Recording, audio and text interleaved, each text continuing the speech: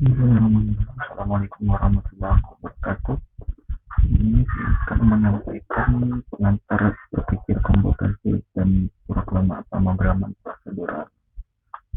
Ya, tujuan kuliah pemrograman mahasiswa mampu menjelaskan bagaimana cara komputasi atau program bisa dimanfaatkan dalam keilmuan atau fakultas sekolah.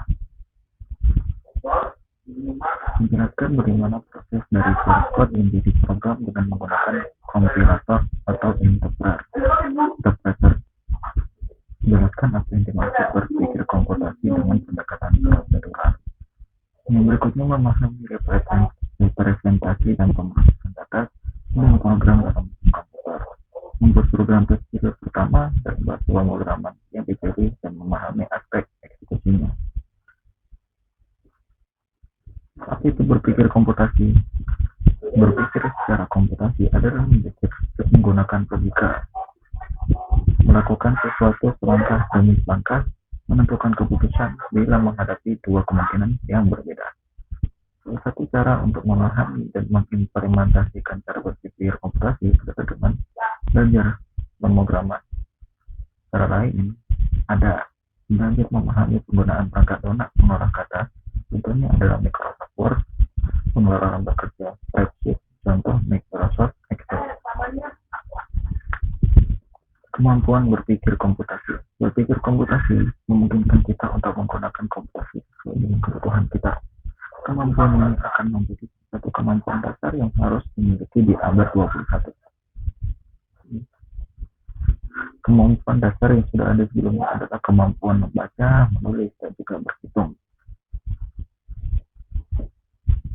Berpikir komputasi melibatkan sekumpulan keahlian dan teknik pemecahan masalah yang biasanya digunakan oleh pengembang perangkat lunak untuk menulis program aplikasi komputer. Teknik-teknik yang digunakan oleh programmer adalah dekomposisi, pengenalan pola, pattern recognition, generalisasi pola, dan abstraksi untuk mendefinisikan suatu model, dan berikutnya adalah rancangan algoritma dan analisa data atau visualisasi. Berikut adalah pengertian dekomposisi. Suatu masalah yang dipecah menjadi beberapa sub masalah kecil.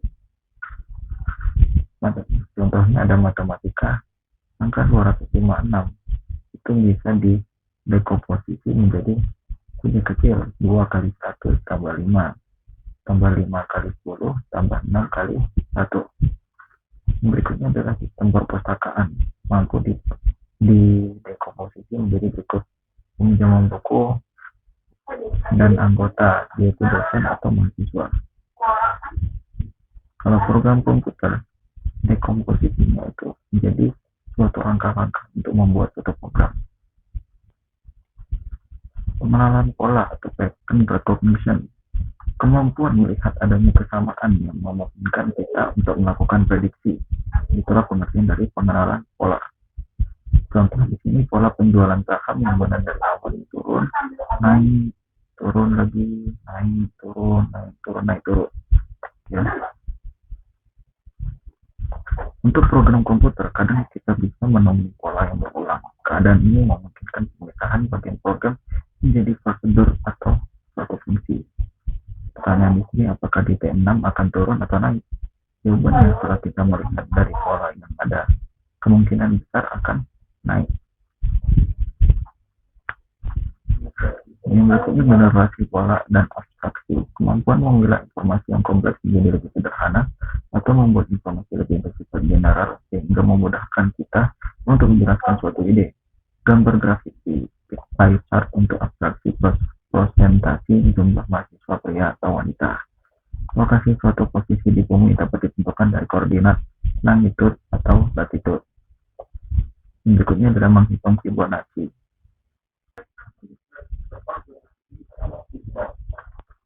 Baik, yang berikutnya ada rancangan algoritma, kemampuan mengembangkan strategi langkah demi langkah untuk pemecahan masalah.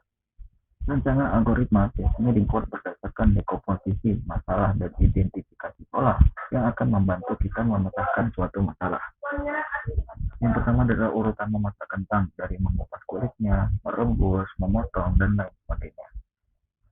Yang berikutnya ada urutan memakai sepatu, mulai dari kita memasang kaos kaki, kemudian memasukkan kaki kita dalam sepatu, dan kemudian membukanya. Berikutnya adalah implementasi program komputer dalam bahasa C, Pascal, Fortran, dan lain-lain. Karakteristik berpikir komputasi mampu memberikan pemecahan masalah menggunakan komputer atau perangkat lain, mampu mengorganisasi dan menganalisa data. Yang berikutnya mampu melakukan representasi data melalui abstraksi dengan suatu model atau simulasi. Yang berikutnya mampu melakukan otomasi solusi melalui cara berpikir algoritma atau sekumpulan langkah-langkah terurut. Yang berikutnya mampu melakukan identifikasi, analisa, dan implementasi solusi dengan berbagai kombinasi langkah atau cara dan sumber daya yang efisien dan efektif. Yang berikutnya mampu melakukan generalisasi solusi untuk berbagai masalah berbeda. Mungkin gitu dulu dari saya. Terima kasih. Assalamualaikum warahmatullahi wabarakatuh.